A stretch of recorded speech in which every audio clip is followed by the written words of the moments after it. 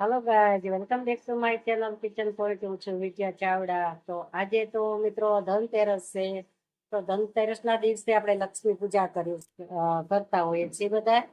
અને મીઠાઈ ગમે તે આપણે બનાવતા હોઈએ, ભગવાનને ધરાવતા હોઈએ છીએ. તો આજે આપણે બનાવીશું લાપસી, અને આપણે પૂજા પણ કરીશું અને ભગવાનને ધરાવીશું. તો ચાલો આપણે લાપસીનો માપ જોઈ લઈએ અને બનાવીએ લાપસી. તો સૌ પહેલા આપણે માપ જોઈ લઈશું. તમે એક કાથરોટ લીધી છે. કાથરોટમાં આપણે એક થાળી મેં જાડો કરકરો ઘઉંનો લોટ લીધો છે. જે આપણે લાડવા બનાવી છે તેવો મેં દળી લીધો છે. તો અહીંયા મેં એક થાળી લીધો છે. તો આપણે 1.5 થાળીનું લાપસી બનાવવાની છે. તો એક થાળી અને 1.5 થાળી, અડધી થાળી એટલે 1.5 થાળી લીધું છે. હવે આપણે પાણીનું માપ લઈ લેશું. તો આ મેં લીધું છે 1 કપેલું. તો હવે એના માપે આપણે લઈ લેવાનું છે પાણી. તો આ 1 થાળી પાણી, 1 વાટકો પાણી, અને બીજું પણ આપણે અડધો વાટકો પાણી લઈ લેશું. તો આ માપે આપણે લઈએ તો આપણી લાપસી સરસ બને. તો આ 1.5 થાળી લઈ લીધું છે મેં પાણી. તો મારું પાણી ઉકળે ત્યાં સુધીમાં આપણે મોણ દઈ દઈશું. તો અહીંયા હું 2 પાવરા તેલ લઉં છું અને મોઈ નાખશું.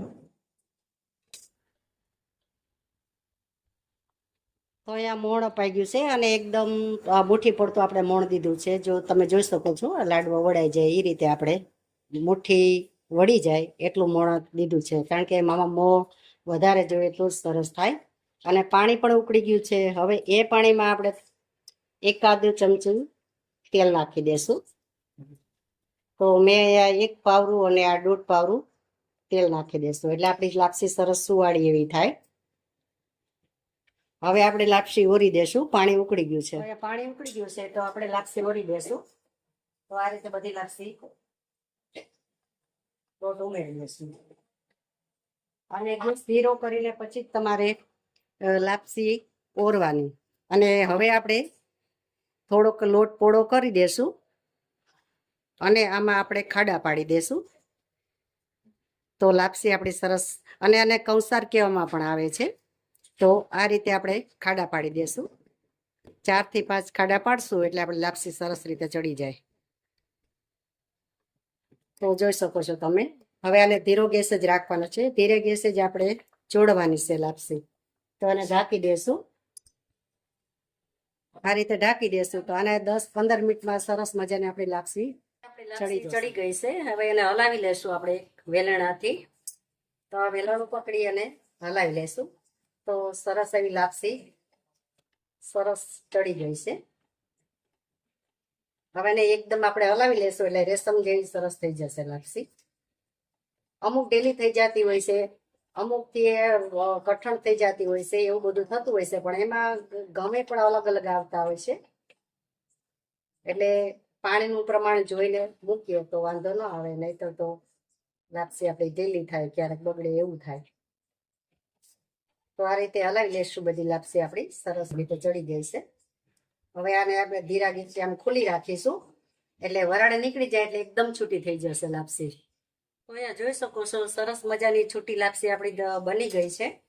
હજી એકવાર આપણે હલાવી લઈશું. અને મેં અહીંયા લોઢી રાખી દીધી હતી એટલે આપણે ગેસ ઉપર લાપસી બળે નહીં અને નીચે બહુ ચોટે નહીં. નહીતર કેવું છે કે આપણે લોઢી વગર મૂકીએ ને તો લાપસી આપણી ચોટી જાય છે અને બળી જાય છે. તો આપણે લાપસી બળે નહીં જરાય, એટલે લોઢી રાખી દઈએ એટલે સરસ લાપસી આપણી ચડી જાય. તો લાપસી સરસ છૂટી થઈ ગઈ છે. તો હવે આપણે પૂજા કરવાની છે. તો લાપસી થોડીક આપણે વાટકામાં લઈ લેશું અને આ કાસણની આપણી પાસે થાળી છે તો એમાં લઈ લેશું અને લક્ષ્મીજીની પૂજા કરીશું. કાસુ સુકન માનવામાં આવે છે કે આપણે જે નિવેદ કે ગમે તે કરતા હોય ત્યારે કાસણ જે કાસો આવે છે એનો ઉપયોગ વધારે થતો હોય છે. તો આપણી પાસે હોય તો કાસામાં જ આપણે ભગવાનની પૂજા કરવાની અને ભોગ એને ધરાવવાનો. ના હોય તો ગમે તે ચાલે. તો ચાલો હવે આપણે પૂજા કરી લઈશું. તૈયાર થઈ ગયું છે લાપસીનું. તો હવે આપણે જે આમાં ઘી તો ઉમેરવું જ પડે. ભગવાનને ભોગ ધરાવવાનો છે, આપણે લક્ષ્મીજીને જમાડવાના છે એટલે આપણે ઘી આમાં ઉમેરશું. અને આ ઘી મેં ઘરે બનાવેલું છે, ગાયનું ઘી છે. તો આપણે ગાયનું ઘી લઈ લેશું. ગાયનું લેવાય તો વધારે સારું, અને ના હોય તો પણ ચાલે, ગમે તે ઘી આપણે લઈ શકીએ. પણ અમારી પાસે તો છે એટલે આપણે ગાયનું ઘી રેડી દઈશું. તો ભગવાનને આપણે જમાડીએ છીએ તો પૂરા પ્રેમથી આપણે તન મન અને ધનથી ભગવાનને જમાડીશું, અને સૌને સદબુદ્ધિ આપે એવી પ્રાર્થના પણ કરીશું. અને ચાલો આપણે હવે એને પૂજા કરી લઈશું.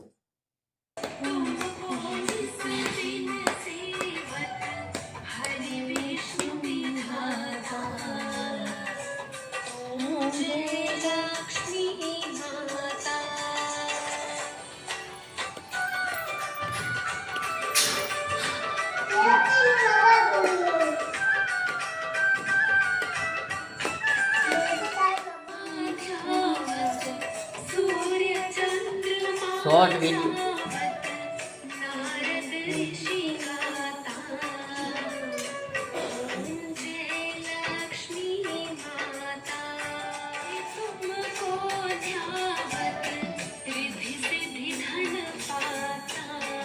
फाटूटा